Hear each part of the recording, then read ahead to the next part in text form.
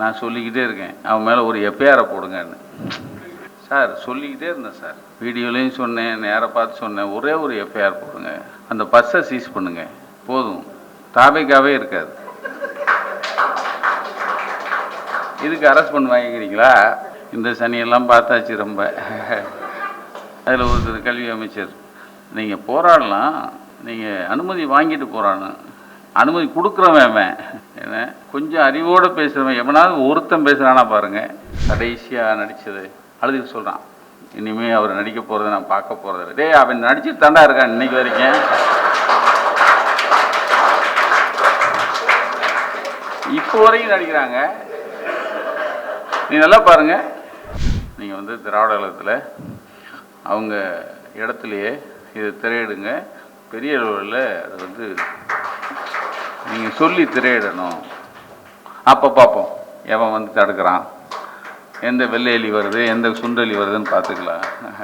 திருப்பரங்குன்றத்தில் பிரச்சனைன்னா உள்ளூர்காரங்க தானே சார் போகணும், நாங்கள் தானே சார் கம்ப்ளைண்ட் கொடுக்கணும், நாங்கள் தானே சார் போராடணும், நாங்கள் தானே செவனேன்னு இருக்கோம், நாங்கள் எந்த புகாரும் கொடுக்கலையே, இவங்க யார் சார் எங்களுக்காக வந்து போராடுறதுங்கிறான் ஒருத்தன். மதுரைக்கு பக்கம் நான் ஒரு ஃபோட்டோகிராஃபர் தானே, ஃபோட்டோகிராஃபர். நீங்கள் அந்த திருப்பரங்குன்றம் ஆவணப்படம் எத்தனை பேர் பார்த்துருக்கீங்கன்னு எனக்கு தெரியாது. பார்த்துருக்கீங்களா? ஒன்று உமா மாத்திரம் பார்த்துருக்கேன், என் தம்பி பார்த்துருக்கேன், 3 4 5.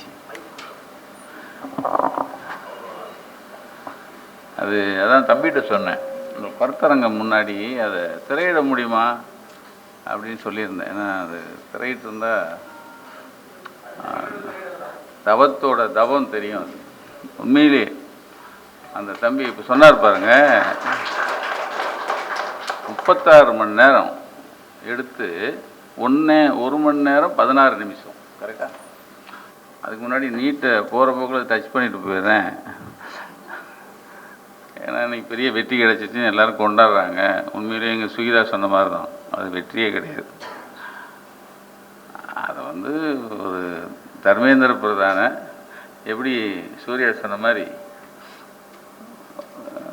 ஒரு கட்சியிலேருந்து தேவைக்கிலேருந்து ஒருத்தனை எடுத்துகிட்டு அதுக்கப்புறம் ஒரு மந்திரி பின்னாடி நின்னான்னு சொன்னார்ல, அது மாதிரி இந்த தர்மேந்திர பிரதான் இன்னொரு பொறுப்பில் வந்துடுவான்.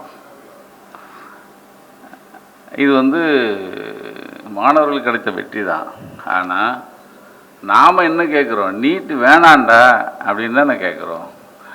நீட்டுங்கிற மாஃபியாவை ஒழிக்க மாட்டாங்கிறது எல்லாருக்கும் தெரியும். ஏன்னா அது ஒரு மாஃபியா. இப்போ இவன் எல்லாம் சேர்ந்துருப்பான். 4.5 லட்சம் போட்டு ஒரு பிள்ளை படிக்கணும்னா, இந்தியா பூரா படிக்குதுன்னா அது எத்தனை கோடி வருஷத்துக்கு அவங்களுக்கு தருது. இதை நிறுத்த முடியாது. அதுக்கு பதிலாக தர்மேந்திர பிரதான கொஞ்ச நாள் ஓய்வு எடுக்க சொல்லு, அவ்வளோதான், சிம்பிள்.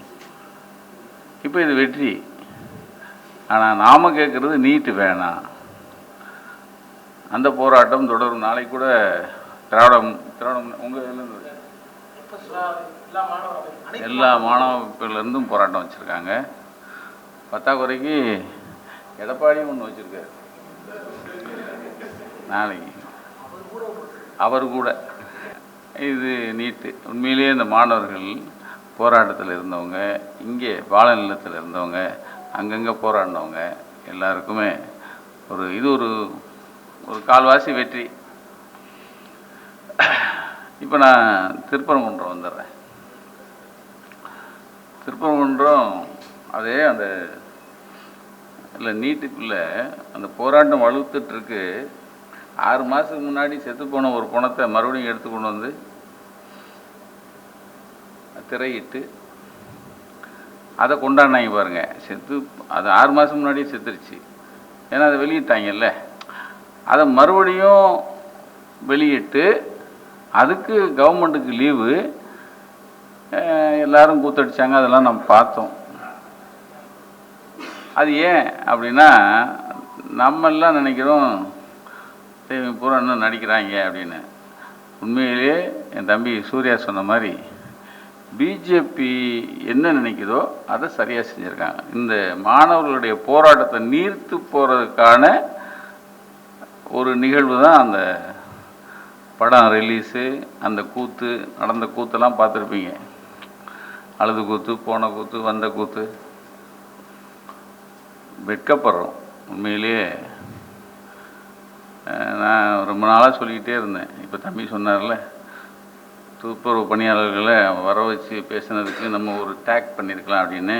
சாரி தம்பி, அவங்க பேசும்போது குறுக்கிட்டேன். நான் சொல்லிக்கிட்டே இருக்கேன், அவன் மேலே ஒரு எஃப்ஐஆரை போடுங்கன்னு. சார் சொல்லிக்கிட்டே இருந்தேன் சார், வீடியோலையும் சொன்னேன், நேராக பார்த்து சொன்னேன், ஒரே ஒரு எஃப்ஐஆர் போடுங்க, அந்த பஸ்ஸை சீஸ் பண்ணுங்க, போதும், தாபைக்காவே இருக்காது. இதுக்கு அரெஸ்ட் பண்ணி வாங்கிக்கிறீங்களா? இந்த சனியெல்லாம் பார்த்தாச்சு ரொம்ப. இல்லை என்னென்னா, ரொம்ப மிதவாதமாக இருக்கக்கூடாதுங்க. நான் சொன்னேன், ரொம்பையும் பெரிய ஆளாக்க வேணாம், பெரிய ஆளாக்க வேணாம். இன்றைக்கி மாண்புமிகு வந்துருச்சுல, அதில் ஒருத்தர் கல்வி அமைச்சர், நீங்கள் போராடலாம், நீங்கள் அனுமதி வாங்கிட்டு போகிறான்னு, அனுமதி கொடுக்குறவன் என்ன, கொஞ்சம் அறிவோடு பேசுகிறவன் எவனாவது ஒருத்தன் பேசுகிறானா பாருங்கள். எல்லாருமே இப்போ வந்து ஒரு விஷயத்தை வந்துடும், எல்லாரும் பேசுவோம், எப்படி வந்தான், எப்படி வந்துச்சு அப்படின்னு பேசுகிறோம். ஆனால் எப்படி வந்தது வந்துடும் அப்படிங்கிறது தெரியாமல் இருந்தது நம்ம தப்பா இல்லையா? நம்ம தப்பு தானே. அப்போ அதுக்கான ஏன் முதலே நீங்கள் வந்து எடுக்கலை? இப்போ நம்ம வந்து இது போஸ்ட்மார்ட்டம் பண்ணுற மாதிரி தான் வந்துருச்சு. ஆனால் வருத்தம் எனக்கு. சொல்லிக்கிட்டே இருந்தோம் 41 பண்ணது. ஒரு எப்பயுமே ஒரு கொலை பண்ணுறான்னு வச்சுங்களேன், ஒருத்தன் இதுக்காக சொல்கிறேன், ஒரு கொலை பண்ணுறான், நீ தான் பண்ண அப்படின்னா அவன் என்ன சொல்லுவான், நான் பண்ணல சார், அப்படி தான் சொல்லணும். அதை விட்டுட்டு நீ தான் பண்ணங்கிறான். யாரு பண்ணவனே நீ தான் பண்ண அப்படிங்கிறான். அப்போ நீ தான் பண்ணேன்னு ஒருத்தர் கையை நிட்டுனாங்கல்ல, அவங்க நான் பண்ணலைன்னா சொல்லணும்ல. சொல்ல சார், இந்த கொடுமை எங்கே போய் சொல்ல? அதில் தான் இப்போ வந்துக்கிட்டு நம்மளை குத்துது குடையுது. இப்போ நம்ம சொல்கிறோம் குத்துது குடையுது, என்ன ஜனநாயகம் இல்லை, பத்திரிகையாளரை கைது பண்ணுறா. இப்போ விஜயனை கைது பண்ணியாச்சு. இப்போ இந்த விஜய் இன்னும் பேசலை. ஏன் பயமா? இல்லை எங்கள் அக்காட்ட தான் கேட்டேன், அவங்க கூட தான் 10 வருஷம் வேலை பார்த்தாங்கல்ல. இல்லை அவர் பேச மாட்டார். நம்ம ஏன் வலிஞ்சு அடிக்கிறோன்னா, நாளைக்கு நம்ம வீட்டுக்கு வந்துடக்கூடாதுன்னு தான். ஏன்னா அந்த பையனை, அந்த தம்பியை 12 மணி வரைக்கும் விசாரிக்கிறாங்க நைட்டு, மறுபடியும் 2 மணிக்கு போய் வர சொல்கிறாங்க.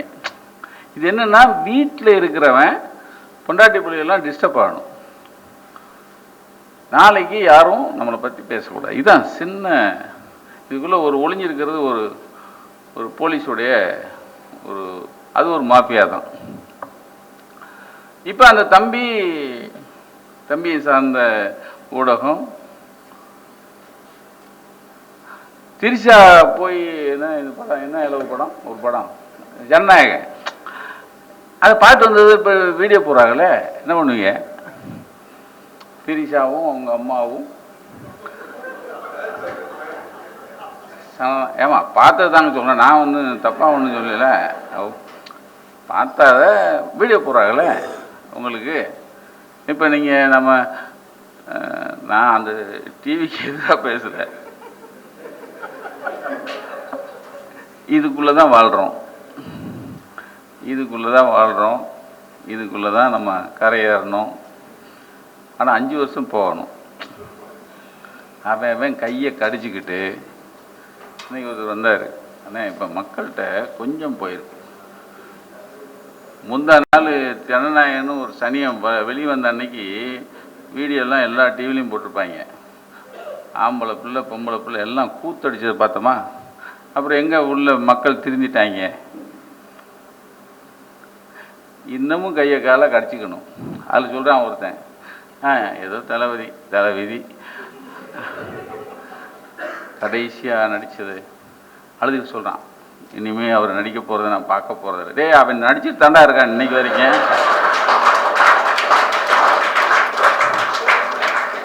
இப்போ வரைக்கும் நடிக்கிறாங்க. நீ நல்லா பாருங்க, நீங்கள் நடிச்சுக்கிட்டு இருக்கிற ஒரு ஆளை நடிப்பை நிறுத்திட்டாங்களாம். டேய், இது கொடுமை எங்கே போய் சொல்ல. அதாவது மாட்டிக்கிட்டோம், இந்தியாவே திரும்பி பார்க்குது. தமிழ்நாடை எப்படிலாம் பார்த்துச்சோ, தம்பி ஒரு உதாரணம் சொன்னார் பாருங்க. இந்த திருப்பரங்குன்றம் ஃபைல்ஸ் போன பிப்ரவரியில் தைரியமாக 4 ஃப்ரேமில் நாங்கள் வெளியிட்டு அதை பற்றி நாங்கள் என்ன கருத்தரங்க அப்பயே. இது அரசா? எனக்கு நான் இப்போ தம்பி வந்தோன்னே அன்னைக்கு தேரடியும் அவர் பேர் என்ன, அரவிந்த் வந்தாங்க. தடை பண்ணுறாங்க. என்ன தடை பண்ணாங்க? புதுக்கோட்டையில் போட விடாமல் மேலேருந்து உத்தரவுனாங்க. சரி, அதை நம்ம கம்ப்ளைண்ட் கொடுத்துருக்கணும்ல, ஏன் கொடுக்கலன்னு கேட்டேன். ஏன் கொடுக்கல? கொடுத்தோம், எடுக்கலை. மறுபடியும் நம்ம முயற்சி பண்ணோமா? அதுதான் சொன்னேன். அது நீங்கள் நம்ம இதை இன்னும் கொஞ்சம் முன்னெடுத்து செய்யணும் அப்படிங்கிறது. அப்போ தான் இப்போது தம்பி பிரின்ஸ்கிட்ட பேசினேன். ஆசிரியர் பார்க்கணுன்னு சொன்னார். நல்ல வேலையாக போச்சு. நீங்கள் ஆசிரியர் ஊர்லேருந்து வந்த உடனே நீங்கள் திராவிட கழகத்தில் அவங்க இடத்துலையே இதை திரையிடுங்க. பெரிய அளவில் அதை நீங்கள் சொல்லி திரையிடணும். அப்போ பார்ப்போம் எவன் தடுக்கிறான், எந்த வெள்ளையலி வருது, எந்த சுண்டலி வருதுன்னு பார்த்துக்கலாம் அப்படின்னு. ஏன்னா சார், அது அந்த அந்த தவம், அது எடுத்த முறையும் அதுக்கு பின்னணி குரல் கொடுத்தது நம்ம தேரடி தான்.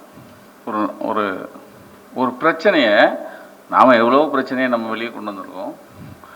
திருப்பரங்குன்றங்கிற ஒரு ஒரு ஒரு அந்த ஃபைல்ஸ் மூலமாக அவர் கொடுத்த விதம், அது ஒரு இடத்துல தம்பி சொல்வார், நான் கூட மறக்கக்கூடாதுன்னு எழுதி வச்சுட்டு அது நல்லா சொல்வார். அவ்வளோ பிரச்சனை போன பிறகு கடைசியாக முடிகிற தருவாயில் 56 நிமிஷத்தில் ஒரு விஷயத்தை சொல்வார் தம்பி. திருப்பரங்குன்றம் ஒற்றுமை இன்னும் பத்திரமாகத்தான் இருக்கிறது. எனக்கு அந்த ஆக நீ என்னதான் உள்ள என்ன கோக்மாக் பண்ணாலும் நாங்கள் ஒன்றா தாண்டா இருக்கோம் அப்படிங்கிறதும், அந்த திருப்பரங்குன்றம் அமைதியாக தான் இருக்குது. அதுக்கடையில் ஒருத்தன் பேசுவான், ராஜா. அதில் அது எதுவும் இது இருக்கா, தடை இருக்கா? அப்படி ராஜான்னு சொல்கிறது? இல்லை இல்லை இல்லை, வரட்டும் பார்ப்போம். அவன் சொல்கிறான். அதுக்கு முன்னாடி இந்த வழக்கு போட்ட ஒருத்தன் பேர் என்ன? ராம ரவிக்குமார்னு ஒருத்தன். அதில் அந்த திருப்பரங்குன்றத்தை சேர்ந்த ஒருத்தர் நல்ல ஒரு பேட்டி ஒன்று வாங்கி கொடுத்துருவோம். அந்த திருப்பரங்குன்றத்திலே வாழ்கிற ஒருத்தர், திருப்பரங்குன்றத்தில் பிரச்சனைன்னா உள்ளூர்காரங்க தானே சார் போகணும், நாங்கள் தானே சார் கம்ப்ளைண்ட் கொடுக்கணும், நாங்கள் தானே சார் போராடணும், நாங்கள் தானே செவனேன்னு இருக்கோம், நாங்கள் எந்த புகாரும் கொடுக்கலையே, இவங்க யார் சார் எங்களுக்காக போராடுறதுங்கிறான் ஒருத்தன். என்ன மாதிரி கேள்வி சார்? நாங்கள் பார்த்து ஒத்துமையாக இருக்கோம், தாயா பிள்ளையாக இருக்கோம். அந்த பதிவு பார்த்தீங்கன்னா நியாயம் தானே? அதே இது அந்த அந்த வழக்கு போட்ட ஒருத்தன், இந்த நாட்டில் வாழவே முடியாதா, நாங்கள் சாகணுமா, செத்துப்போ, அட மூதேவி செத்துப்போ. நீ இப்போ என்ன 100 வருஷமாக ஒரு இடத்துல எரிக்கிறாங்க இல்லை, திடீர்னு இந்த இடத்துல தான் எரிச்சாங்க. அது நல்லா நல்லா பேசுகிற ஒரு நம்ம வாஞ்சிநாதன் ஒருத்தர், நம்ம அட்வொகேட் வாஞ்சிநாதன், நம்ம ஓய்வு பெற்ற நீதிபதி அறிவிப்பிருந்தாம சார், பேசுகிற எல்லாரும் ஒரு விஷயத்த சொல்கிறாங்க, யோ நீ தானே அது இங்கே தான் எரிச்சதுங்கிறல, அதுக்கு ஆதாரத்தை கொடுங்குறான். ரைட்டா? இந்த கண்ணன் ஒரு கேரக்டர் சொன்னாங்கல்ல, ஒரு படம் ஒருத்தர் இருப்பான் கண்ணன்னு, திட்டலாம் அவன் ஆர்டிஓ, வெங்காய ஆர்டிஓ. அவன் சொல்கிறான், சார் அந்த ஊர் தலைவர் தானே, அவர்கிட்ட பெரும்பான்மைக்கு ஒத்துப்போங்க, இவங்களால முடியலன்றா பெரும்பான்மைக்கு ஒத்து போயிடும். இது எங்கே வருது? அதே மாதிரி தான் நுங்கம்பாக்கம் ஸ்டேஷனில் போய் கம்ப்ளைண்ட் கொடுக்குறாங்க, இது 4 பிரைமுக்கு வரலன்னு. போலீஸ்கார் இவர் சொல்கிறாரு, போலீஸ்காரன் இந்த ஆங்கிலெல்லாம் கேள்வி கேட்டு ஒரு பெரிய நமக்கு சர்ப்ரைஸ் கொடுப்பார் நினச்சா அவர் நீங்கள் முன்னாடி போங்க, நான் பின்னாடி ஜீப் அனுப்புகிறேன். அந்த போலீஸ்காரன் என்ன சொல்லியிருப்பான், அவங்களோட ஒத்துப்போ, இது படத்தை நிறுத்து. இதைத்தான் கண்ணன் சொல்கிறான். கண்ணன் என்ன சொல்கிறான், ஆர்டிஓன் தலைமையில் போய் உட்கார்றாங்க. உண்மையிலே சார் அந்த இஸ்லாமிய பெருமக்கள் அத்தனை பொறுமையாக உட்காந்து பேசுறது இருக்குல்ல சார், நமக்கே கோபம் வருது. படத்துக்கு உள்ளே போய் அவங்கள போய் வெட்டிடணுன்னு. ஆனால் அவ்வளவு பொறுமையாக ஒரு அம்மா ஒருத்தர் சொல்கிறாரு, சார் எங்களை அடிச்சுக்கிட்டே இருக்காங்கங்கிறாங்க. ஆனால் அதில் அந்த விஷயத்தை இவர் கொடுத்த விதம் ஷார்ட்டை இங்கே அங்கன்னு உள்ள வெளியேன்னு கொண்டு போய் கடைசியில் முடிக்கும்போது, டேய் படவா நீங்கள் தான்டா தேவையில்லாமல் உள்ளே வரீங்க அப்படிங்கிறது நம்மளே சொல்லுவோம். சம்பந்தமே இல்லாதவங்களுக்கு ஏண்டா உள்ள வரீங்க? அந்த அவர் ராஜாவா, அந்த விளங்காத ராஜா, அவன் என்ன சொல்லுவார், ஒரு இடத்துல வரான், ஒரு இடத்துல திடீர்னு வேல்முருகன் வரான்ல, அந்த கோயம்புத்தூரில் ஒரு கட்சி வச்சுருக்கான அவன் விளங்காத அர்ஜுன் சம்பத்து, அவன் வரான். இந்த தற்கால தான் வெடிகுண்டு தயாரிச்சாங்க. போகிற போக்கில் சார் பாகிஸ்தான் கொடி ஏற்றுனாங்க, வெடிகுண்டு தயாரித்தாங்க. அப்போ அவன் மேலே எத்தனை கேஸ் போட்டுக்கணும்? ஏன்னா இல்லாத ஒன்று பாகிஸ்தான் கொடி ஏற்றுனாங்கிறது எவ்வளோ பெரிய விஷயம். போகிற போக்கில் அதெல்லாம் பதிவு பண்ணியிருக்காரு. கொடிக்கம்பத்தை காணும். அதை விட முக்கியம் அந்த மரம் என்ன மரம் அது? அதான் தலைமரம். தலைமரம், அதில் கொடி ஏற்றுறாங்க. அதுக்கு இவங்க புகார் கொடுக்குறான். அவன் பார்க்குறான், சார் கொடி இங்கே கட்டுறதுனால உங்களுக்கு என்ன இருக்குன்னு இஸ்லாமியர்கள் கேட்குறாங்க. கொடியை கொஞ்சம் இறக்கி கட்டுங்கண்ணா. கொஞ்சம் இறக்குறாங்க, இன்னும் கொஞ்சம் இறக்கு, தெரியல, அப்படியே இருக்கட்டும் அப்படின்னு போகிறான். மத்தியஸ்தம் பண்ண வந்தவங்க. இது எல்லாமே படமாக உண்மையிலே இப்போ தைரியத்தோட ஒரு டாக்குமெண்ட்ரி தானே அது, ஆவணப்படம் எடுத்து அதை வெளியிட்டதுக்கு தவத்துக்கு தான் நம்ம ஏன்னா சார் இது ஆவணங்கிறத விட ஆணவத்துக்கு கொடுக்குற மிகப்பெரிய அடியாக இருக்கும் அந்த 1 மணி நேரம் 16 நிமிஷம். ரொம்ப இது தமிழகத்துக்கு மட்டும் இல்லை, அதாவது மொழிபெயர்ப்பு செஞ்சு இந்தியாவே எப்படி ஒரு செவனேன்னு இருக்கிற ஒரு மலை, அதில் தீபம், அதை எப்படி உள்ளே புகுந்து இவங்க மடைமாட்டுறாங்க அப்படிங்கிறத, அதை விட முக்கியம் இந்த கட்டடக்கலையை வச்சு ஒரு விஷயத்தை கிளப்புறான். அதுக்கு இவர் ஏர்வாடி தர்கா போகிறார், இன்னொன்று கீழக்கரை தர்கா. ஆமாம், அதில் ஒரு திருப்பரங்குன்றத்தில் இருக்கிற அந்த தர்காவில் சோலைக்கண்ணன் அவன் ஒரு விளங்காதவன். அவன் சொல்கிறான், நாங்கள் பாருங்கள் இது உள்ளுக்குள்ளே பிள்ளையார் கோயில் இருந்த மாதிரி இருக்குது, அந்த தூண்லாம் பாருங்கள், இதை நாங்கள் அடுத்த வழக்கு அதை தான் நாங்கள் பதிவு பண்ண போகிறோங்கிறான். அது பதிவு பண்ணியிருக்காரு. ஆனால் அந்த ஷார்ட்டை அப்படியே கட் பண்ணிவிட்டு உடனே எங்கே போகிறாரு, ஏர்வாடி கீழக்கரை இங்கே இருக்கிற தர்காக்கள் உள்ளே போகிறார். அப்படியே தூண்கள் பூராமல் நம்ம கோயிலில் இருக்கிற அந்த தூண் வடிவமைப்பில் இருக்கு. அதில் பிறை சந்திரன் இருக்கிறதையும் ஒரு இதை டைப் பண்ணுறாரு. அதாவது இது இந்த ஒரு தர்கா இல்லைடா, தமிழ்நாட்டில் அத்தனை தர்கா இருக்கு. ஒரு ஆவணத்தில் நீங்கள் வீம்பா வந்து எங்கள் கூட சண்டை போடுறீங்கடாங்கிறத ஒரு ஒரு ஒரு அப்படியே கேமரா மூலமாக கொண்டு போகிறது இருக்குல்ல, அது வந்து எனக்கு தவத்தையும் அவருடைய இதரையும் பிடிச்சதா ரொம்ப. இது வந்து சார், அதாவது மனித குலத்தில் நீங்கள் வந்து நாம் தாயா, இப்போ வந்திருக்கிற எல்லாருமே தாயா பிள்ளையாக நம்ம பழகிறோம். இதை பிரித்து பார்க்குறதுக்கு ஒரு குரூப் வந்துட்டான். அதுக்கு பாய் விரிக்கிற ரெட் கார்பெட் போடுற வேலையை இப்போ இருக்கிற ஆட்சி செஞ்சுக்கிட்டு இருக்கு. அதை வந்து கம்பேர் பண்ணி நல்ல தம்பி சூர்யா கிருஷ்ணமூர்த்தி சொன்னார். பிஜேபி குரல் தான் இவன் சொல்கிறான், பிஜேபி குரல் தான் இவன் சொல்கிறான் அப்படிங்கிறத அழகாக சொல்லிட்டார். ஆனால் இன்னமும் மனிதனை இருக்குது அப்படிங்கிறத இந்த திருப்பரங்குன்றம் ஃபைல்ஸில் அது ஒருத்தன் சொல்லுவான். ஒரு அந்த வருஷத்துக்கு 2 தடவை மாடு இழுத்து கொண்டு போகும், மாடு இழுத்து கொண்டு போகுது. அவன் பேர் நல்ல பேர் அழகு முருகன். பார்க்க அப்புறாணியாக இருப்பான்.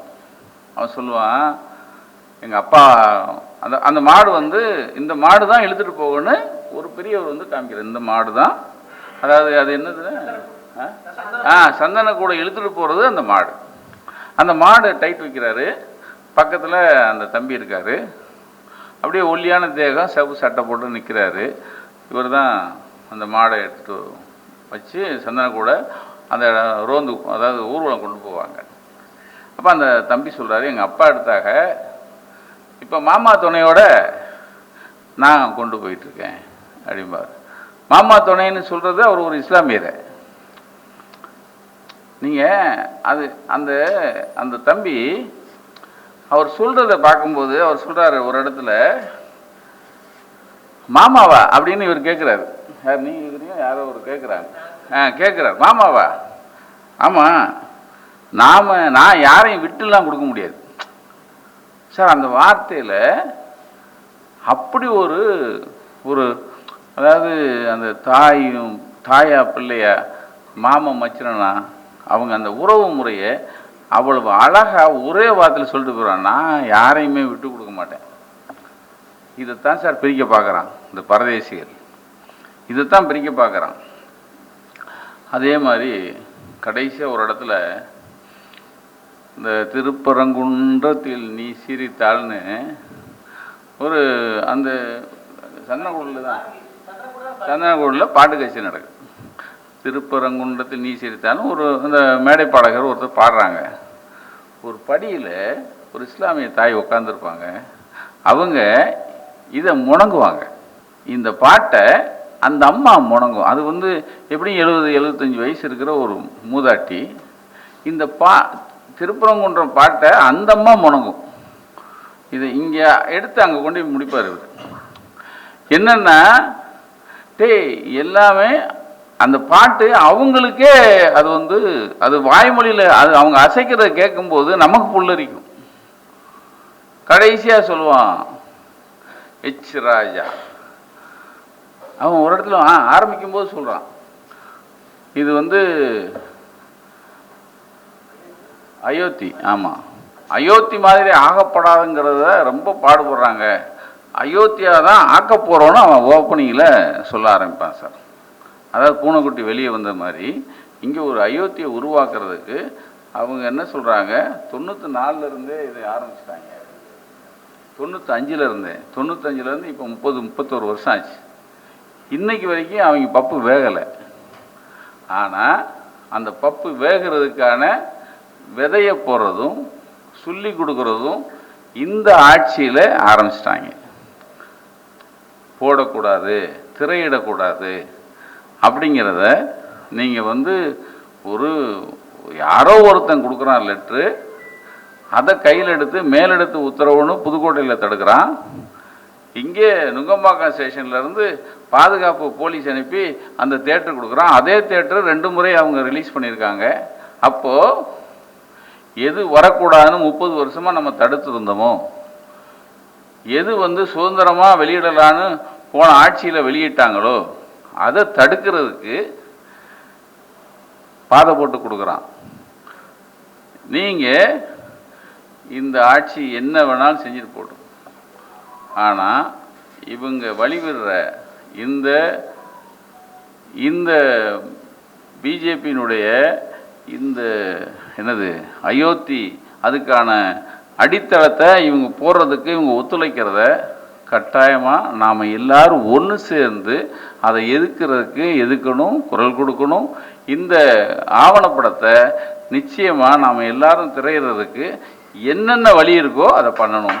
முடிஞ்ச வரைக்கும் அதில் தான் கடைசியாக அதே எச் ராஜா சொல்லுவார், நான் இந்த இடத்துல கொடியேற்றுவேன், அப்படி இல்லை அப்படின்னா இதை தடுக்கிற எல்லாரும் நாசமாக போவீங்கன்னு முடிக்கிறான் அந்த ஆள்.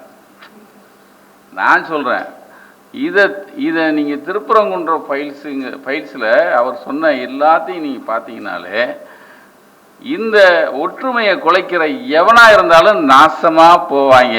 நன்றி.